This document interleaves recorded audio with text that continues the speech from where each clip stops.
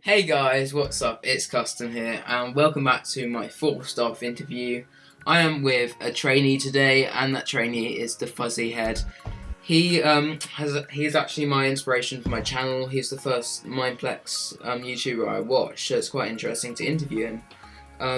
At the moment, he's a trainee. He was a mob previously, and he has been staffing other servers. You may know, but he's a very nice guy, and you definitely should check out his new YouTube channel in the description. He's uploading very soon, or uploaded depending when this video comes out. I'll leave it in the description. Definitely go and check it out. So is anything you want to say before we get right into the questions? No, not other than I'm just excited to do this interview. So let's get right into it. So first question is, when did you become staff and when did you join Mineplex? Okay, well, I joined Mineplex for the first time back in, I think it was late 2013 or early 2014. No, I think it was 2014, yeah. It was pretty sort of, pretty new then, I guess, and it was pretty interesting to see how far Mineplex has come. So I joined back then, and I got staff again. Well, I mean, the first time I got staff, that was, I believe it was about a year ago now, and then this time I got staff just this month, 1st of July. Yeah, so I joined in 2013, so I was a year before you. But Mineplex was really new then. It was like summer, but I joined in like winter, so I didn't really get too much into it until 2014, but I joined in 2013 for the first time. Mm-hmm.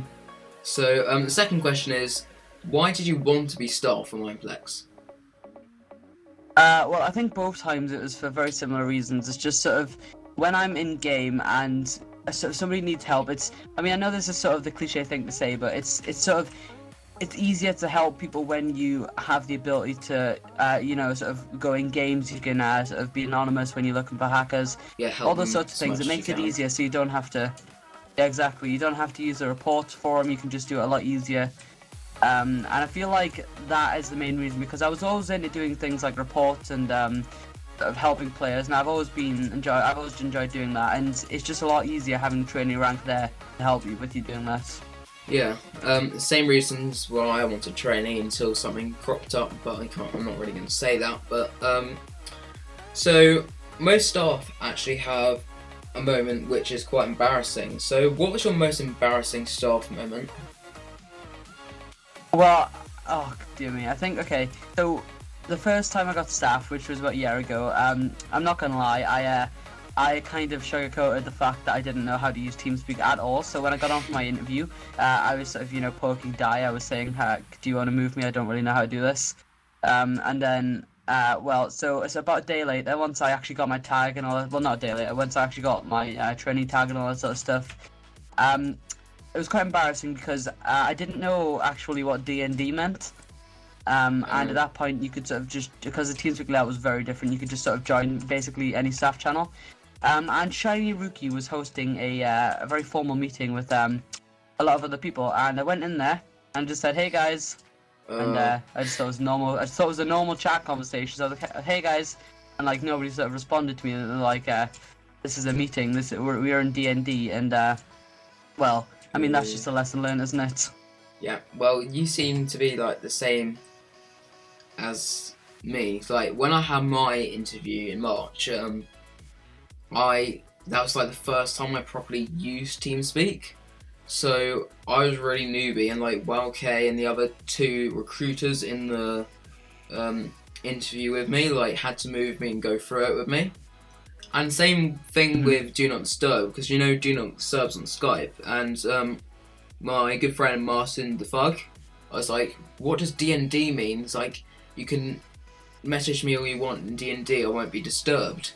I was like, what does D&D mean? Like, you won't get disturbed? Like, don't messages pop up though? It's like, and he's like, no, it means do not disturb, and you don't get messages. So I got I got the same thing.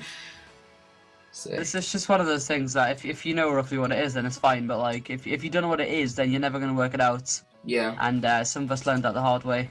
Yeah. And now I'm used to TeamSpeak, so same with you, I guess. Yeah. Hopefully. So, question number 4 is, what was your best staff moment? I know all of the other people who I've asked had really exciting moments. Nibs had an unfortunate but really funny one. He's actually in the channel right now. But what was your best staff moment? Okay, so obviously, as most staff members, I've had loads of sort of really fun times. But I mean, the thing that I enjoyed most was back in 2015. There was a Mindskits event, and sort of Mindskits. I would say there was maybe about 60 to 100 players there, and it was one of these things where, just for anybody that doesn't know, there was a Google form, and you would submit. It was sort of like not really a talent show, but so you would submit it on a Google Doc. You would say your IGN, what you want to do, and you could do anything. I mean, there was people ranging from sort of like singing. So I mean, when you were playing, you would be TP'd on the stage, and then you would just sort of do whatever you wanted. And at the end, everybody voted. So it was sort of like a random thing that you could do. But it was mainly sort of revolving around things like singing. So you could have music played in the background, and all those sorts of things. I remember that my performances were I counted from 1 to 30, with soothing music in the background.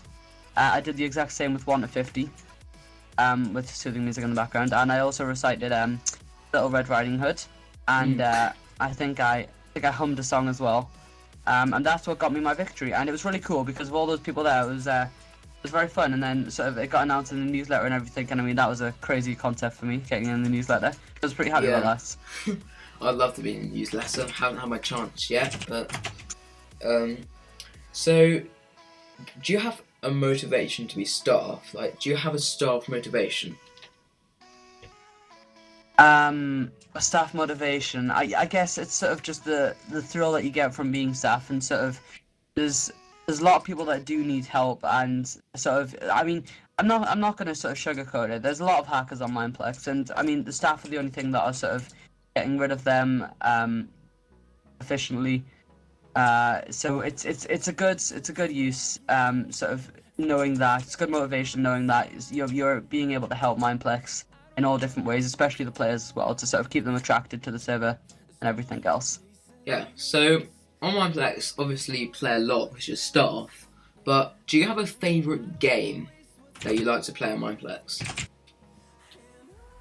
Okay, I guess no. I would say maybe I have, I don't know, 3 or so favorite games. One of my favorite games is Micro Battles. I really enjoy that. I used to bash Mindstrike as well. I used to love Mindstrike. I've sort of gotten out of it now. But I used to really love Mindstrike. And my other favorite game is survival games. I love survival games. You know, I would have said my favorite games out of every game that has been on Mineplex rather. Would have been Type Wars, and I'm really good that got removed because I really loved that game.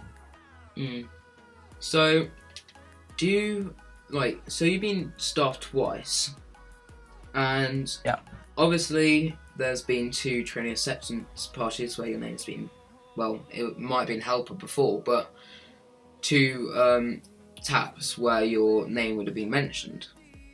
So, what was your reaction to getting trainee both times? Well, the first time it was even more surprising. I mean, obviously both times I was surprised. I was nervous to sort of see what would lie ahead, but I was really excited at the same time. The first time was even more surprising though, because I was in hashtag Pi Batch.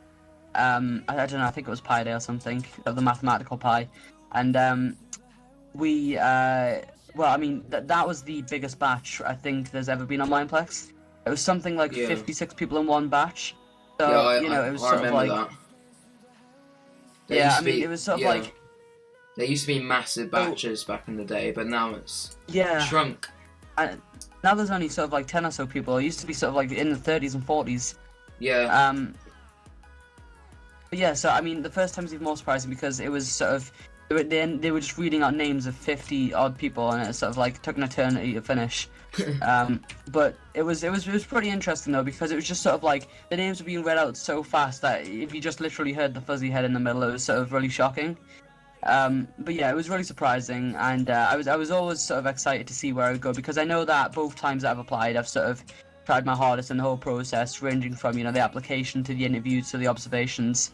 I've Yeah. always tried my hardest, and it's also really relieving as well to know that you're not going to get sort of denied at that point. Not everything that you've worked for is not just going to go to waste. So that's sort of what I feel when I was accepted twice. Yeah. So so this time when you became, what was your action? So a couple like on the 1st of July. Well, yeah, as you say, I get accepted on the 1st of July. I mean, the thing was with my second time being accepted, my observations lasted from the interview. I think it was something like a crazy amount of weeks. I think it was something like 5 weeks, which is very unorthodox. That doesn't usually happen. So I didn't really know what to do at that point. Nibs, there's nothing. Okay. Anyway, yeah. So my observations lasted ages. He's just taken the Michael out of my stutter. It's not very nice. But yeah. So I love you, really. Yeah, I should think so. So my observations lasted ages. So it was really relieving as well because with my observations lasting such a long time, I thought that sort of there'd been a mistake in denying me or something. So I thought that was what's going to happen because it was very unusual for it to last that long. But it was really relieving when I did get staff this time because because back in the day, about a year ago, not really back in the day, but about a year ago when I got accepted then, I mean the standards were a lot lower back then. There's no point sort of hiding that. I mean, when I was looking at my old application, there was hardly sort of like any words in at all. I could have just wrote like a few words per question, I would have been accepted. But this time around, I knew sort of the standards had raised and everything. So I had to write a massive application, and it was really relieving because sort of everything that I had tried, it paid off, and this is where I am now, and I'm really pleased that I did sort of try my best in getting here. Yeah. So like when I used to apply, even though I got denied all before my first and only interview actually in March. Before that, I didn't really write much detail, even back like a year ago, when it was a lot easier. And then one day I just got out of school. I do Saturday school, so I just got out of school. Been watching those Mineplex videos when I was bored at school. I go to boarding school. So I was like, why don't I apply for trainee? Because it's like I got long breaks and I just started my holiday, so I might as well go for it. So I applied, and a couple of days later, I got a PM from WowK. It's like, you're being accepted for an interview. Message me when you want to do it. And I was on at the time. I was actually playing some Mito D in Gladiators, so that was quite cool on the same day. And I just messaged back and said, I'll do it straight away. It's like, are you sure you want to do it straight away? Are you sure you don't want to prepare? So I prepared for like 2 hours. And then I had my interview. And then after that, yeah, well, people know what happened, so I got, I told my friend that I had an interview which you weren't supposed to do, and then I got blacklisted, so hopefully I get unblacklisted soon, but yeah. So wish you luck in that. Thanks. Question 8 is, if you became a moderator, what team do you want to join? Well, I mean, people that know me would know that community management would sort of be my sort of primary aspiration, I guess. Because community management, it's such a good team, and even sort of when, I mean, as you said at the start of the interview, I've been staff on loads of servers before. I mean, loads of different servers, sort of different sort of themes that loads of people won't know about. But it's sort of like I've always had that sort of fondness for community-related things. So anything that's got sort of events in, I just really like community management as a whole, and that would be my dream team. But I think karaoke host is also something I'm really going for.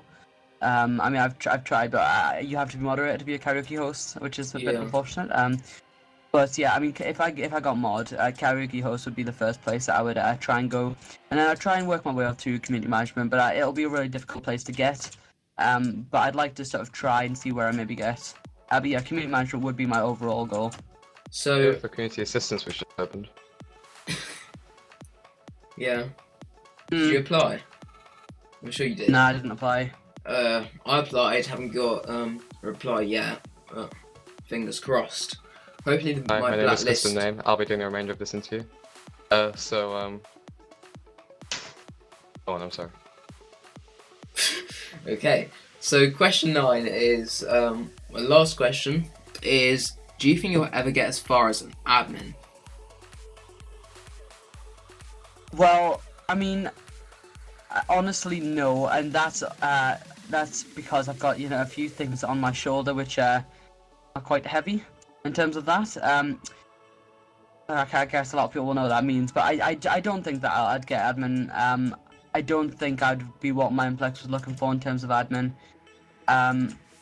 A lot because of my past and all those sorts of things, but I think it doesn't really matter where I am, as long as I'm sort of doing what I like, sort of doing what I enjoy, like helping Mineplex and all the players and stuff, then that's fine. I'm happy being where I am, whether I just stay trainee or sort of like, even if I don't pass my end of trial test and just become a player, I'll still try and help people, and that's sort of like what I enjoy doing. So I don't really think I would get admin if the time came to it. I think there's so many other candidates that would be best for every other team than I would. But I think it's an interesting question, I guess, but yeah. Yeah, so that concludes all the questions. I think Nibs wants to say something. I like trains. Yeah, so that's what Who he wants to doesn't? say.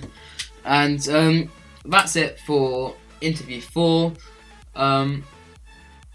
The links will be in the description. So I've got Nibs' first interview will be in the description, and then you've got all the way to the Dark Warlord, and then you've got Alex the Coder. That's it. I So don't even know why I'm here. the next interview will be William Tiger, I suppose. That's already recorded and should be up when this hits 1k views. So yeah, so that concludes for today, and make sure you go and check out Fuzzy's YouTube channel in the description, and peace.